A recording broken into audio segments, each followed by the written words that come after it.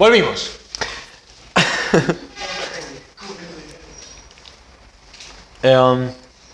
Ok. Bien.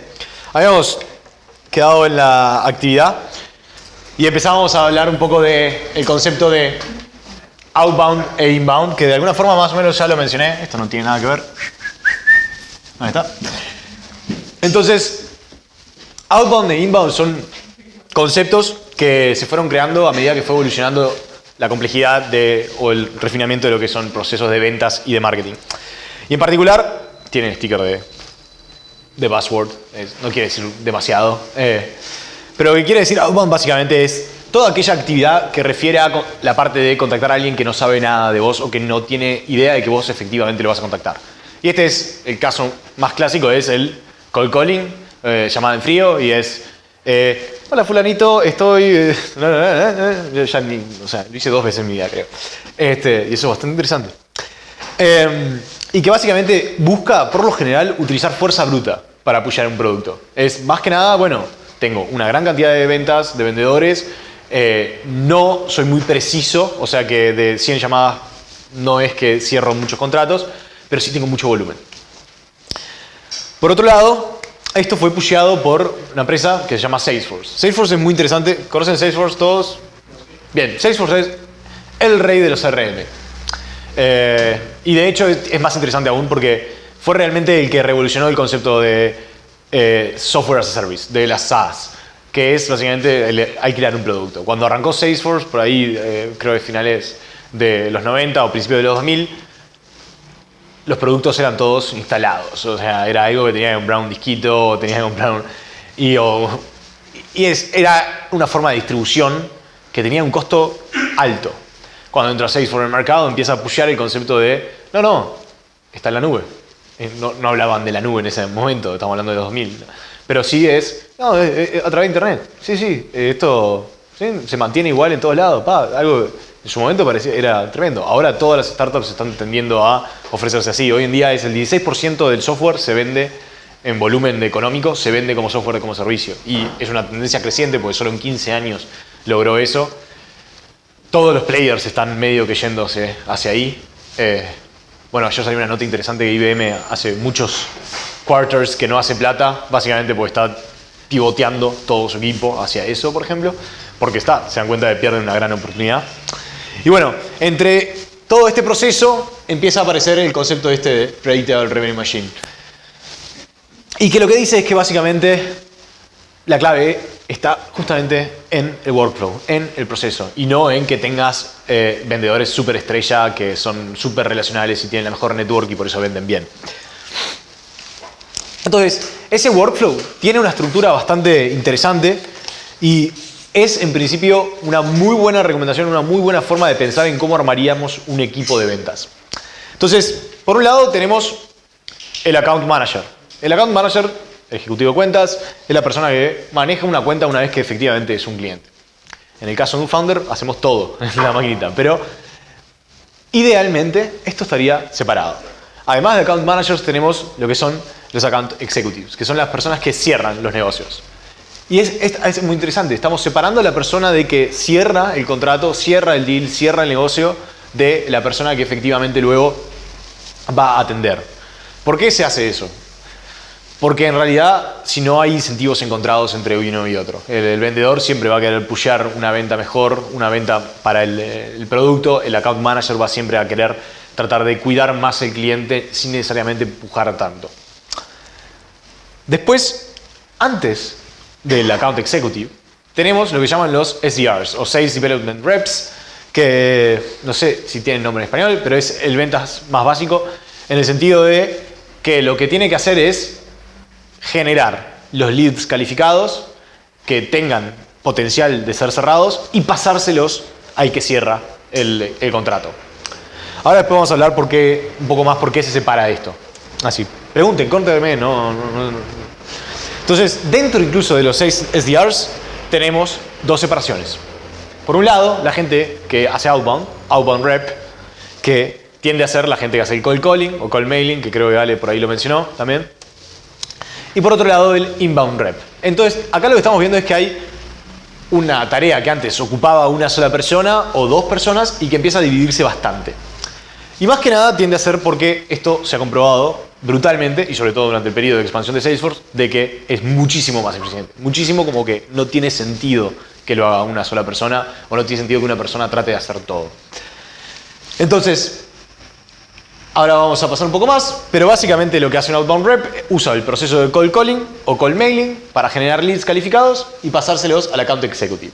Por otro lado, está el inbound rep, que lo que suele hacer es nutrirse de los leads que llegan de marketing, y ahí es cuando empiezan a como mecharse todas las cosas, y efectivamente luego pasa a la misma persona que cierra, porque el trabajo de cerrar sigue siendo el mismo. Puede haber una diferencia, pero en general no hace falta diferenciarlos tanto. No se lee nada, ¿verdad?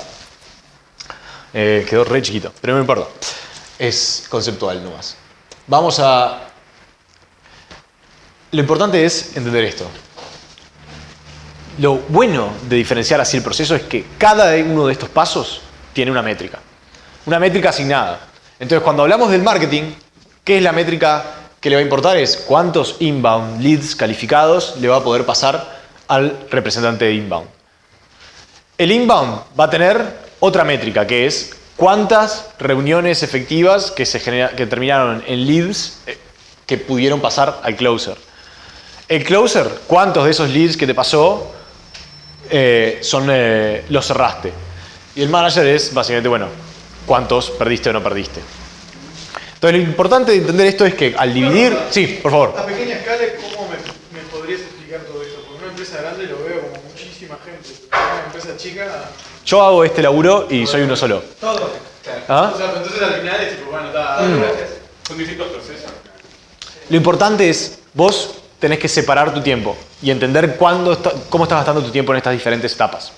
Porque el problema es que si vos haces todo y decís, porque soy uno solo, no sabés dónde tenés que optimizar. Porque no sabés si es que tenés un problema de que no podés mantener a los clientes, o si que los clientes que estás cerrando son malos clientes, o si que los clientes que no estás cerrando son porque te están pasando mal calificados, o si que los que llegan de marketing no están siendo correctamente precalificados. ¿Me explicó? O sea, más o menos tener una métrica para ver dónde se te fuga todo. Exacto. Y lo importante es que vos separás estos pasos y separás el tiempo que dedicás a cada una de estas tareas. Ideal. ¿Sí? Estás buscando ese proceso que decías de venta. ¿Cómo es el óptimo? Exactamente. Vos lo que haces es deconstruís algo que parece mucho más complejo en sus partes para poder entender dónde están los problemas. Porque ¿qué pasa? Muchas veces nos quedamos en que no cierro negocios.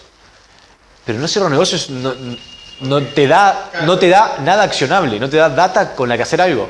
Porque es, y bueno, ¿pero por qué? Y ahí, bueno, es que necesitas este tipo de cosas para solucionar esto. Te veo que no te convencí mucho. No, mucho mejor. Por lo menos ahora entiendo, porque yo de marketing y todo eso...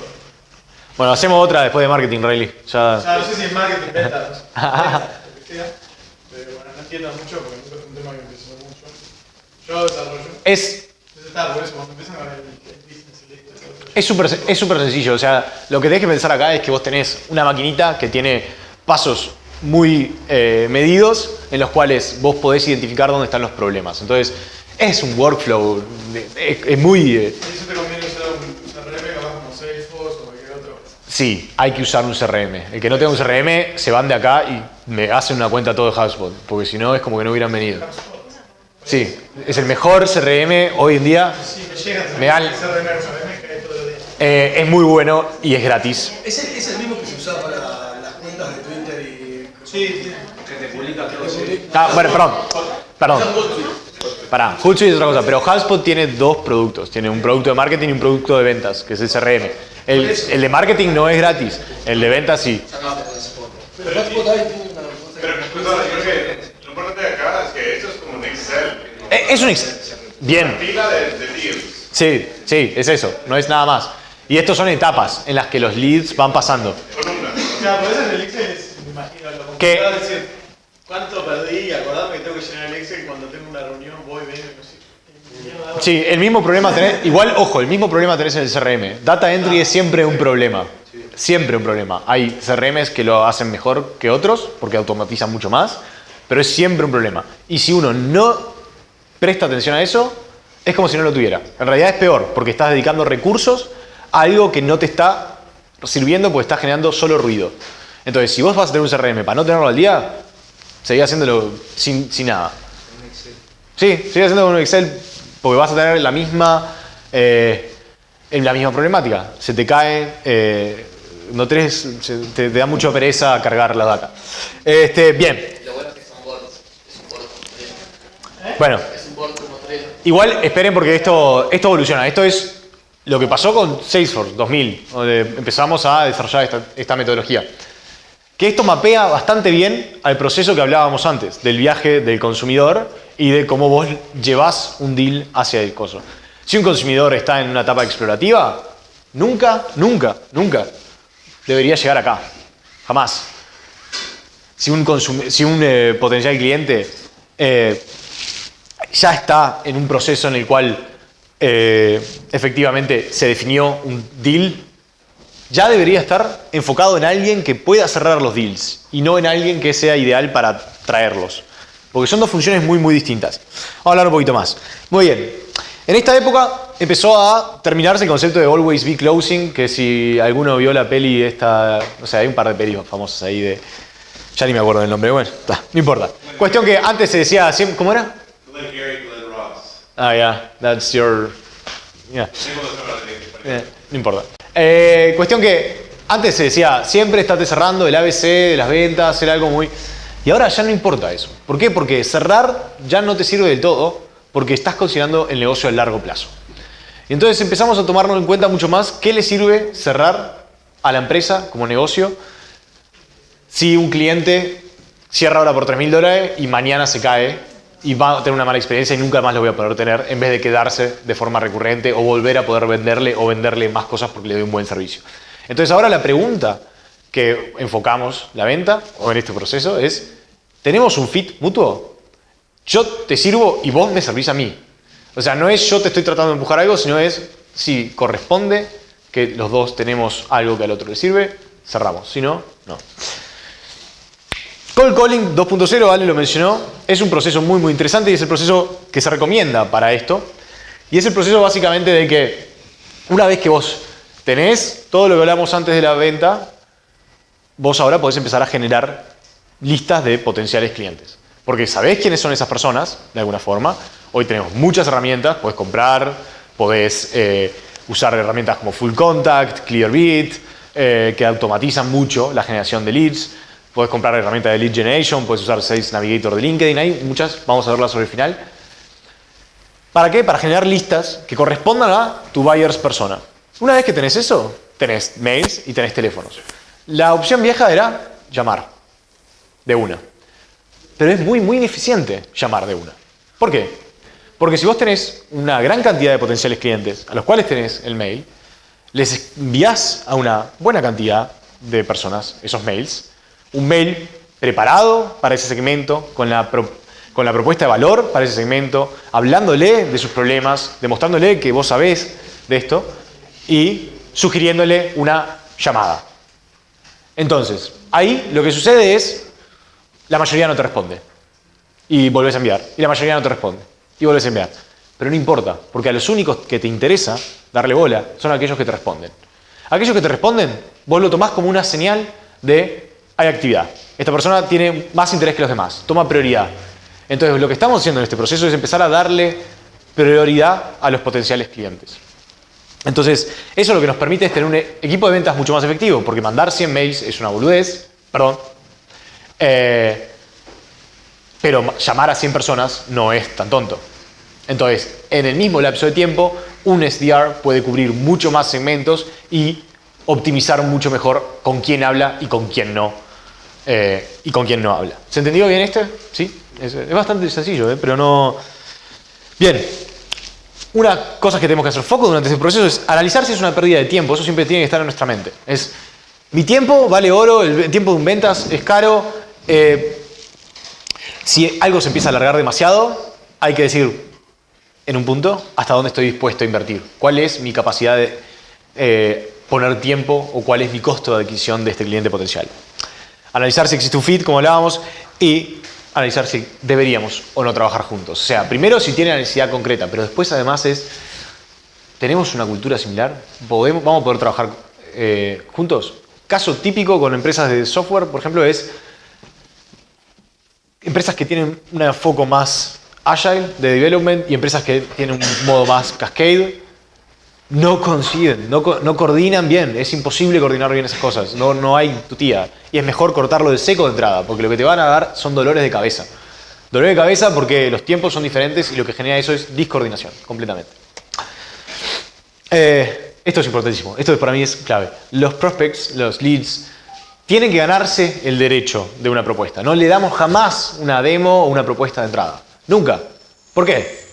¿A alguien se le ocurre por qué? Para eso, no sé, un poco más interesante, capaz. Bueno, está bien. Es gratis el... O sea, le das un demo de entrada y no lo tomo en cuenta porque no pago nada. Está bien, le estás devaluando lo que estás dando. Eso es un muy buen punto. Muy buen punto. Pero hay otro más. No lo calificaste, no sabes si sirve. La propuesta es muy local. Exacto. Los costos, por eso los costos de la propuesta, los costos de lo que te lleva a hacer una propuesta. Exacto. Pero no sabes, al no calificarlo, no sabes qué propuesta hacerle. Estás haciendo, Exactamente. ¿lo calificaste? No. Exactamente. Exactamente. Muy bien. Te puedo prolongar la vida, sí, no tenía que decirle. Exacto. Y además, ¿qué haces? No personalizás lo que le propones.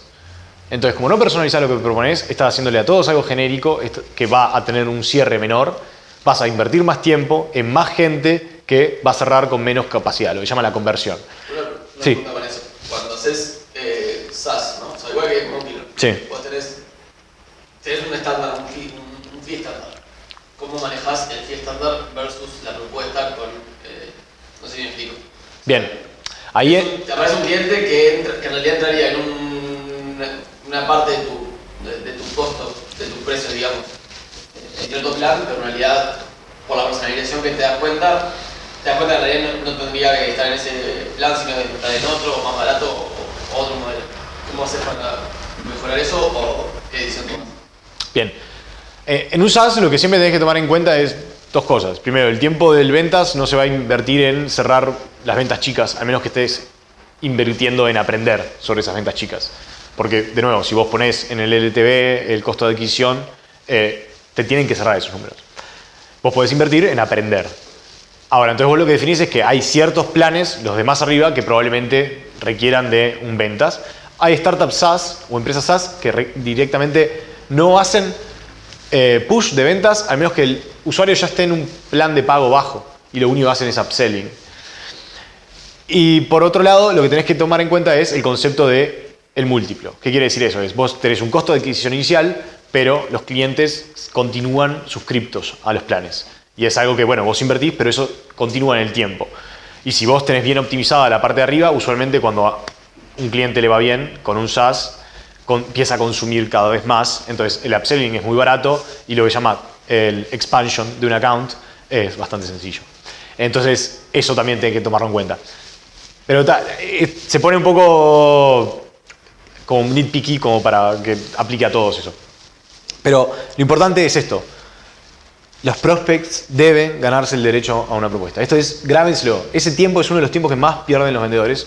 Y como un founder les va a pasar pila de veces que tienen la sensación de que todavía no le pudieron transmitir a alguien la visión del producto. Entonces tienen que rápidamente mostrarle lo que tienen, rápidamente invertirle tiempo en eso.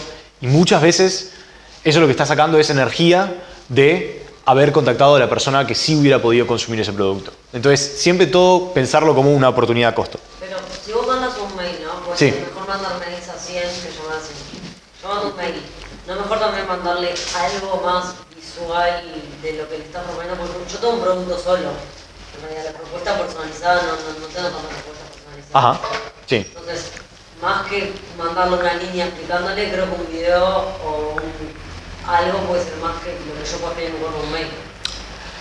Y creo que puedo tener más posibilidades que me diga, bueno, vení que quiero saber más de esto. Bien, podés medirlo. Eso, en realidad. O sea, podés hacer un A/B testing. O sea, A/B testing en marketing es básicamente divido en dos los públicos. O sea, un mismo público lo divido en dos de forma randómica y envío Cosas diferentes. 50-50. Y veamos.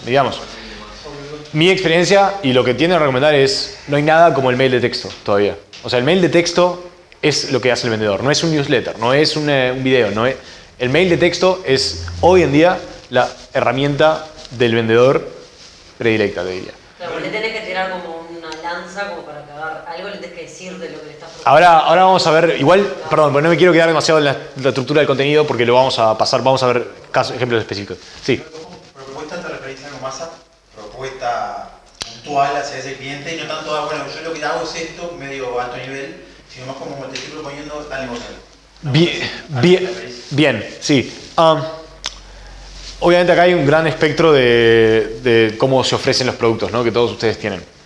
Pero, si ustedes tienen una propuesta genérica, esa propuesta genérica es mejor no hacerla al principio. ¿Por qué? Porque si ustedes la hacen al principio, ya está. Eso ya se terminó, ustedes no tienen más derecho a calificar, no tienen más derecho a aprender. Y si continúan invirtiendo tiempo en eso, van a tener un menor cierre que con aquellos que lograron no necesariamente personalizar la propuesta, pero cambiar cosas, como por ejemplo el caso de uso que le explicás debido a su industria, o el cliente que le citás exitoso que también fue, que es más parecido a él que otro. En la propuesta genérica vos lo que haces, y eso es lo que se dice en los Legacy Sales Team, hacen eso. Llaman, te hacen una demo y después, si te interesa, te tratan de vender y te pushan la venta. En el proceso más actual, tratás de withhold, mantenerte esa propuesta hasta que sabes que se ganó ese derecho, de que vos podés invertir serán 10 minutos para cambiarle los casos de uso o cambiarles cómo le hablás porque es más enterprise y menos startup o personalizarlo. Porque vos lo que estás buscando ahí siempre es que el contenido le hable a él y no le genere ruido. Y las propuestas genéricas nos generan ruido a todos. Debe haber llegado a todos, nos debe haber llegado en un momento algo que decía, ¿por qué me mandan esto? No, esto no me habla a mí, no soy yo. Y bueno, se vuelve sobre todos los potenciales deals. 6 meses después, agarran el CRM de nuevo, ¡boom! Todos empiezan a buscar dónde están las oportunidades. Siempre preguntar por qué 5 veces. O sea, 5 whys es algo muy penetrar en eso. ¿Por qué no? ¿Por qué sí? ¿Por qué crees que esto es lo que necesitas? ¿Por qué? Hasta que se le agoten las excusas. Mails cortos, no me manden más de, no sé, tengo que scrollear, ya no lo leo. Y así suele ser todo el mundo, te van a escanear. La gente no lee el mail completo, nunca. A veces no leen tu nombre, no leen el subject, igual. Y siempre en tono agradable, siempre es ni feliz, ni cheery, ni triste, ni serio, no, agradable, punto, listo. Bien corto y agradable. Es simple. Vamos a hablar de cosas un poco más profundas.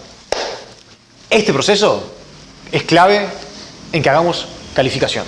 Si no hacemos calificación, esto no sirve de nada. Entonces, ¿qué es calificar? Es usar información para priorizar a quién le damos recursos y atención en pos del negocio. Entonces, hay muchas e infinitas formas de calificación y cada empresa, cada producto va a tener sus sutilezas. Hay algunos marcos que nos permiten orientarnos, pero al fin y al cabo lo van a terminar tuneando para ustedes. Entonces, lo más famoso, el más viejo de todos es lo que se conoce como el BANT. Entonces tenemos Budget, Authority, Need y Timescale. O sea, lo que tenemos es, ¿tienen la plata? ¿Sí o no? ¿No tienen la plata? No podemos ni hablar ya. ¿Tienen la capacidad de decisión? ¿No la tienen? ¿Está bien que yo pierda tiempo con alguien que no puede decidir sobre el producto? ¿O tendría que ya saltearme rápidamente y llegar a alguien que sí puede tomar la decisión? ¿Tiene la necesidad realmente? Muchas veces no, y igual le vendemos. Es mejor evitar venderle a quien no tiene necesidad de nuestro producto. Tiempo. ¿Cuánto va a llevar esto?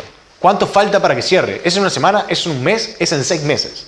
Si no tenemos estas 4 cosas, no vamos a entender realmente si el negocio es real o si está en la nube, en una nube de ideas del tipo y no se lo presentó a nadie y no tiene la capacidad de venderlo.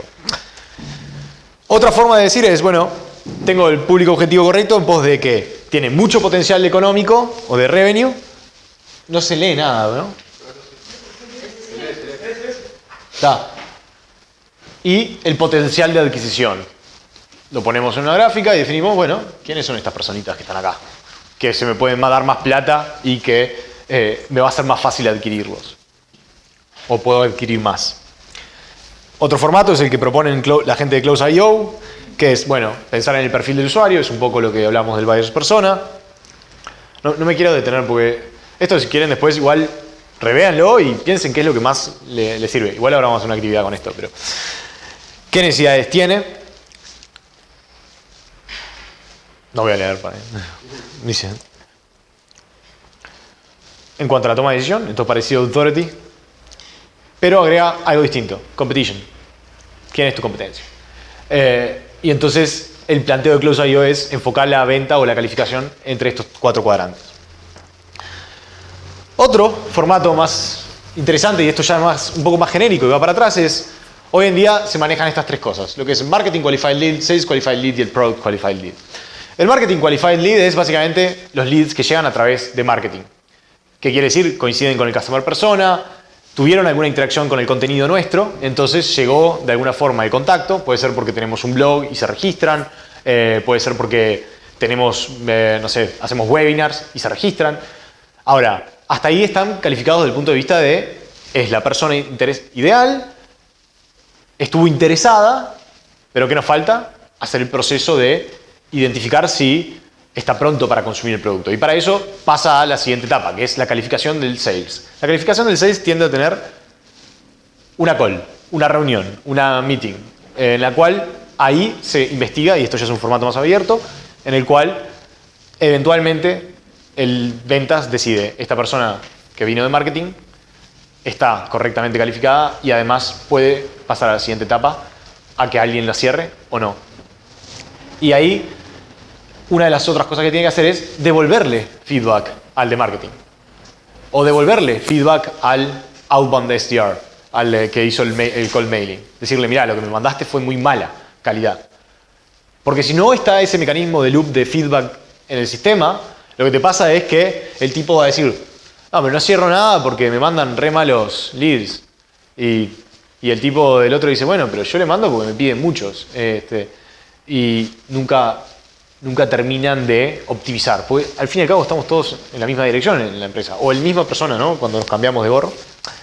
Y por último tenemos el Product Qualified Lead, PQL, que es el más nuevo de todos, que es básicamente, sobre todo empresas que tienen un servicio que se consume de tipo SaaS en la web o que tiene de alguna forma una app o un e-commerce en la cual usamos las métricas propias del sitio, de la app o de lo que tengamos para que automáticamente los califique.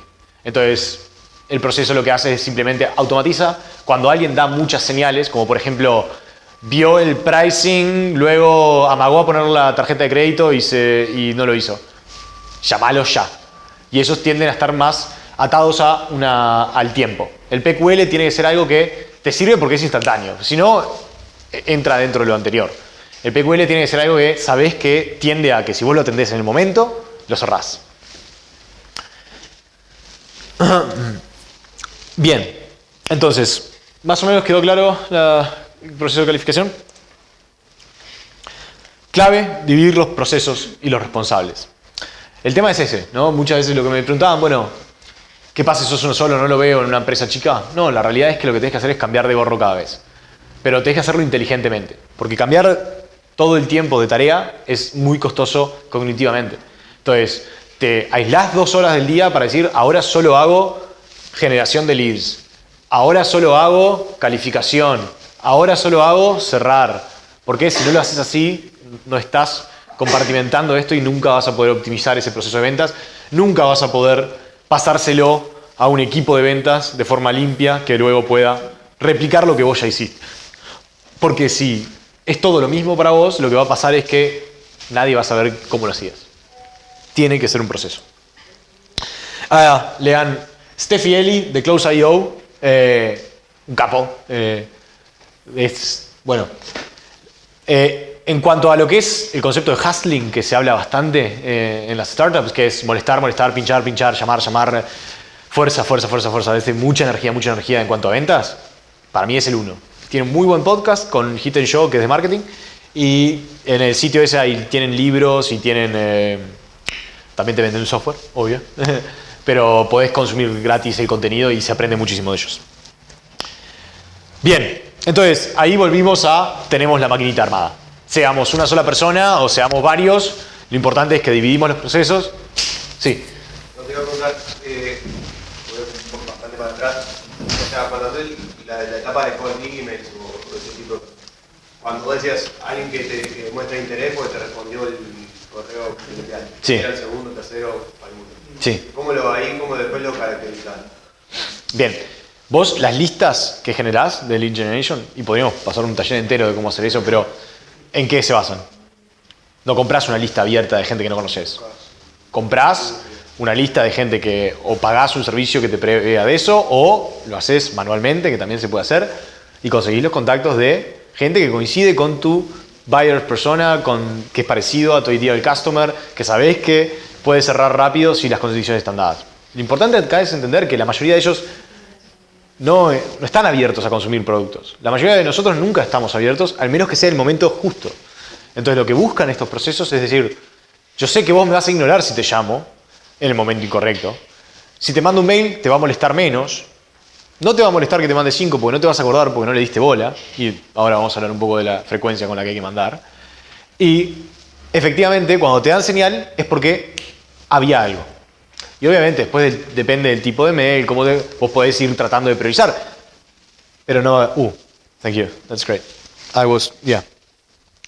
Entonces, no sé si contesté tu pregunta, ya me perdí. O sea, ¿en qué lo calificarías? ¿Cómo lo calificarías si alguien ya te ha dado esa señal? Sería como un... Vos le mandaste un mail, ahora vamos a ver qué tipo de mail mandás. ¿Te respondió? Bueno, hagamos la call. ¿Por qué? Porque vos ya sabías que coincidía con tu persona, quien te interesa, con tu segmento. Y ahora él te dio una intención, una muestra de intención, que capaz es solo escuchar. Y ahí en el proceso de la call lo podés descalificar en cuanto a, no, está lejísimos. No sé, por ejemplo, en Monkey hay una cosa muy importante que vos tenés que tener datos, o tenés que tener claro qué querés hacer con data que no tenés y tenés que saber de dónde poder conseguirlo. Si no estás ahí, estás bastante lejos de poder consumir el producto, a menos que yo te pueda solventar eso también. Entonces, lo que hay que pensar es siempre que en la etapa de la call se califica de formas mucho más cualitativas y mucho más explorativas en el sentido de que es un va y viene. Porque en un mail jamás vas a poder expresar realmente tus capacidades completas y si podés solventar los problemas de él. Y vos tampoco vas a saber si podés solventar los problemas del tipo. Pensar que de entrada vos ya sabés que el tipo va a necesitar tu producto es bastante arrogante, ¿no? Entonces, hasta que no termina este proceso, vos no sabés si sos la correcta solución. Y eso es un poco lo que empieza a desligarse del concepto del vendedor de autos usados. El vendedor de hoy no quiere perder su tiempo. El vendedor de ahora tiene que valorar eso, tiene que valorar que si vos no estás pronto para mi producto o yo no te soluciono correctamente tu necesidad, no nos interesa ninguno de los dos. Y alineamos eso y ya está, es mucho más honesta la relación también. Que no quiere decir que el otro no funcione. Bueno, si por un año no está nadie preparado para tu producto. Y, bueno, pero es bueno entender a ver, si igual vos lo que vas descubriendo ahí es, bueno, pero ¿por qué no está preparado mi producto? ¿Qué es lo que hace falta? Y entonces tenés que empezar a atacar esas cosas. Hay momentos en que uno tiene que decir, el mercado es inmaduro. Entonces, hay cosas que no se pueden vender. En tecnología mucho de lo que sucede es timing, completamente. AI, inteligencia artificial, ha tenido oleadas desde hace 70 años. ¿Es ahora? No sé, espero que sí, pero... ¿Alguna pregunta ahí? ¿No está bien? Bien. Sigo. Bueno, entonces eso es más que nada el concepto de outbound. En el proceso de inbound es un poco, retoma lo que habíamos hablado al principio. ¿Por qué? Porque es lo que hoy actualmente más se trata y también es como deberíamos pensar más en el sentido de quiénes son las personas que nos consumen.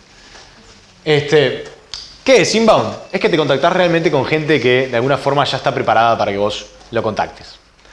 Entonces, la principal diferencia es que ya no es tanto fuerza bruta, sino que es contactarnos en el momento justo con alguien que ya mostró intenciones sin que yo lo hubiera tratado de contactar en frío. Entonces, ¿qué es lo que hacen ventas en este proceso? Y ahí volvemos a mapear sobre el concepto inicial del Customer Journey y del lead. Tiene que, entre todos, identificar, conectar, explorar y asesorar. ¿Qué quiere decir estas cosas? Bueno, cuando estamos en la etapa de reconocimiento, tenemos que pensar en cosas como cómo describen sus metas y desafíos, cómo se educan entre ellos mismos sobre lo que yo tengo de oferta, cuáles son las consecuencias de que no actúe. Entonces, Todo este tipo de preguntas son las que nosotros nos tenemos que empezar a hacer para entender si la persona en esta etapa está pronta o no para empezar a decir necesito una solución o no. Siguiente etapa, pasamos a la consideración. Y ahí el usuario, el potencial cliente, no está pensando en comprar mi producto. Está pensando en si este tipo de solución es lo que necesita. Probablemente esté hablando con otros 3 proveedores, seguro. Y de hecho es muy bueno preguntarle al lead. En ventas, en las charlas, en las conversaciones, siempre es importante generar esos momentos de tensión. Porque son momentos de negociación que también van generando de alguna forma una dinámica en la cual esto no es uno abusa del otro, sino que esto es una conversación dialéctica en la cual tratamos de enterarnos más del otro. Entonces, preguntarle, ¿estás estudiando otros proveedores o estás tratando de buscar tu solución in-house? En Monkey pasa mucho esto. A veces la parte de NLP, la parte de Machine Learning es muy cerca del core del producto y entonces capaz que prefieren desarrollarlo in-house. Hacerte este tipo de preguntas tienen que ver con la categoría y no con tu producto en particular. Y por último es la parte de asesoramiento, que es la parte final y que es acá cuando entra el closer realmente. El account executive que va a decir, yo cierro esto. Y que básicamente lo que dice es, mirá, por lo que me comentabas y por los proveedores que estás analizando, me parece que, o te sugiero que nuestra solución es la mejor. Pero realmente, convencido de que eso es así. Si no lo es mejor no pushar eso capaz. Hay una cierta flexibilidad en eso, pero es importante que tratemos siempre de transparentar esto. Realmente, bueno, yo como vendedor trato de ser mucho más honesto de lo que en mi cabeza es un vendedor, en teoría. Y esa etapa es una etapa de ser más un guía, asesorar un poco más. Bien. Bueno, el vendedor es un guía, es un asesor. Y es importante entender cómo se empieza eso a reconvertir en qué tipo de personaje es el vendedor. Entonces eso empieza a contar otra historia de quién es el vendedor. El vendedor ahora tiene que empezar a ser un líder, una persona que habla en los mismos términos de la industria, que se conecta en la network de la industria a la cual le vende, que usa los mismos slangs, términos propios del grupo, que va a los mismos eventos, que trata de entender realmente a quién les vendo, pero de una forma mucho más intuitiva, mucho más compenetrada. Y bueno, un poco el concepto es ese, es que en esa idea de vos ser un líder, de vos posicionarte, y para eso social media es clave, es vital. Entonces, yo esto lo he hecho 3 veces en mi vida ya. Arranqué en Twitter y al principio me interesaba relaciones internacionales, y hablaba solo de eso y seguía gente de eso y me nutría un montón porque me permitía hablar con gente que le interesaba lo mismo, hasta ahí no vendía nada.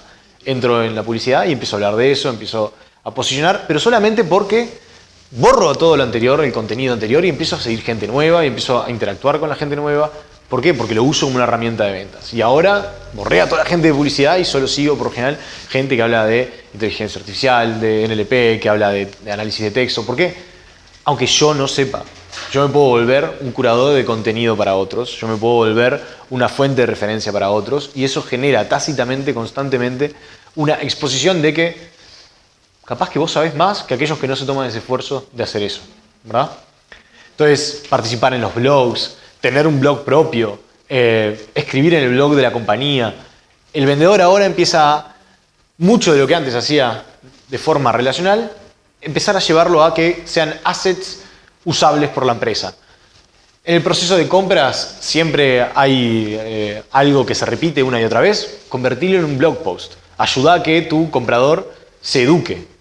Entonces, una vez que se educa, también vos ganaste, que le ayudaste a hacer el proceso más rápido, pero además le estás enseñando, te posiciona en un lugar de maestro, de profesor. ¿Qué te da eso? Siempre mucho leverage. Es muy fácil negociar si la otra persona está aprendiendo de vos, porque hay una jerarquía tácita que se da. Sí. No. Perdón, no era un bostezo, ¿no? Y bien, después lo otro es pensar en que toda la comunicación que uno tiene como ventas en este proceso tiene que estar adecuada a en qué etapa está ese consumidor.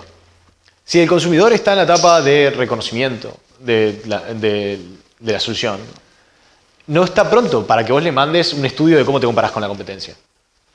Porque está lejísimos de eso. Eso solo va al final, cuando ya está definiendo entre qué proveedor se elige. Entonces, empezar a tunear ese tipo de cosas es lo que le permite optimizar mucho mejor el proceso de ventas. Bien, ¿ven? Hasta ahí más o menos. ¿Sí?